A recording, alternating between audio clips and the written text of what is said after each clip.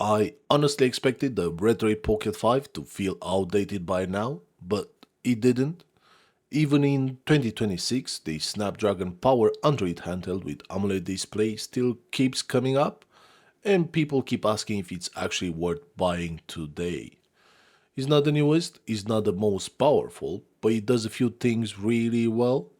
So let's take a proper look at the Retroid Pocket 5 and see if it's still a smart pick or if you're better off going with something newer. First impressions, I really like the overall look here. Retroid offers these in a few different colors, but I've got the black version here, and it does look clean. You also get a bit of RGB around the analog sticks, which you can fully customize from the software if you're into that. The dual analog sticks are Hall effects, so no stick drift, and we also got front-facing stereo speakers, which is always a plus on a handheld like this. Straight away, it feels solid without being heavy, and everything is laid out pretty well. Up front, we got a 5.5-inch AMOLED display running at 1080p with 60Hz refresh rate.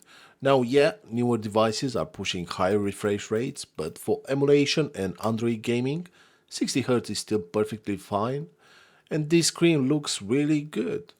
Colors pop, blacks are deep, and brightness is more than enough for indoor gaming. For a device this size, I've got zero complaints about the display. If you're wondering about colors, Retroid offers a few options here, including GameCube, 16-bit, black and white.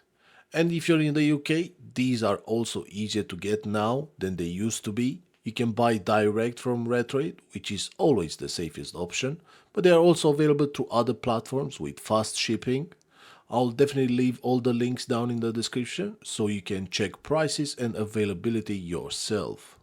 Around the back, the Retroid Pocket 5 includes an active cooling fan, which helps a lot when you're pushing more demanding games or emulation. Ergonomics wise, it actually feels pretty comfortable in the hand. It's definitely on the smaller side compared to something like a Steam Deck, but that's kind of the point here. Up top, we got the shoulder buttons, analog triggers, volume rocker, and the power button. Down at the bottom, there's a USB-C port for charging and video output, a 3.5mm headphone jack, and a micro SD card slot for storage expansion. So when it comes to specs, the Retroid Pocket 5 runs Android 13, powered by the Snapdragon 865, paired with the 8 gigs of RAM and the Adreno 650 GPU. You get 128 gigs of fast UFS 3.1 storage, which can be expanded using a micro SD card. The 5000 mAh battery supports a 27 watt fast charging, and that active cooling helps keep performance stable during longer gaming sessions. For connectivity, you got Wi-Fi 6, Bluetooth 5.1, and USB-C with DisplayPort video output. Controls include a proper D-pad, analog L2 and R2 triggers, dual Hall effect analog sticks with RGB lighting, stereo speakers, and a 3.5mm headphone jack. So this is running Android 13 with official OTA updates from Retroid. Google Play is pre-installed, so there's no messing around, just sign in, download the apps, and you're good to go. The system feels really responsive, and even though the Snapdragon 865 isn't brand new anymore, it's still more than powerful enough for emulation, Android games, and game streaming. Starting with native Android games, performance here is solid. Games like Red Dead Redemption using the Netflix version run smoothly, controls feel natural, and the device stays comfortable to use. More demanding titles like Genshin Impact can run well too with the right settings. You're not maxing everything out, but overall performance here is very playable.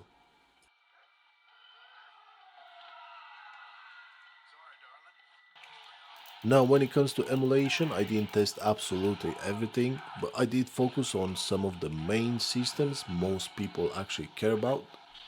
Starting with PSP using PPSSPP, games like God of War run great here. It was able to push these up to 4x resolution with no real issues, and performance stays smooth throughout.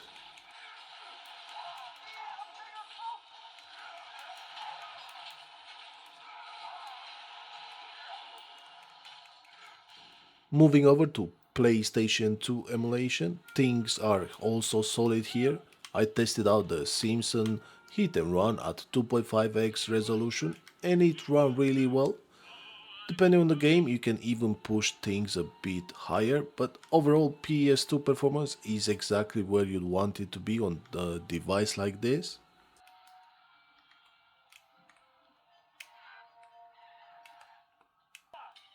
And while we are here, I also want to get a proper feel for the D-pad.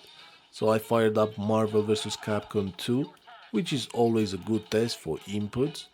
D-pad response feels tight, diagonal register well, and it works great for fighting games and retro titles where precision actually matters.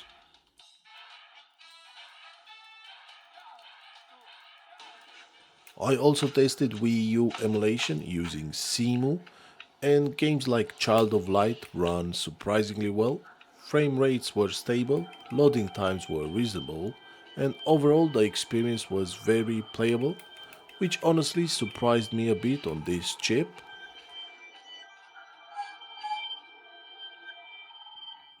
I also tested a few things in the background that I can't fully show on screen here, but when it comes to Nintendo Switch emulation, games like Devil May Cry 3 using Vulkan backend run really well, along with a few other titles I tried. Performance was actually better than I expected from the Snapdragon 865, and for lighter Switch games, the experience was surprisingly solid.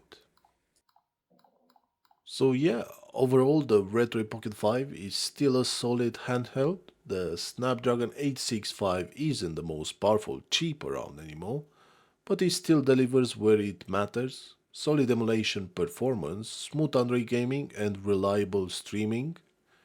If you already own one, I wouldn't rush to upgrade just yet. And if you're looking to pick one up the right price, this is still very much worth considering. If is there anything specific you want me to test or any emulators you're curious about, let me know down in the comments. Links are in the description if you want to check it out. And if you enjoyed this video, drop a like and consider subscribing. As always, thanks for watching and I'll catch you in the next one.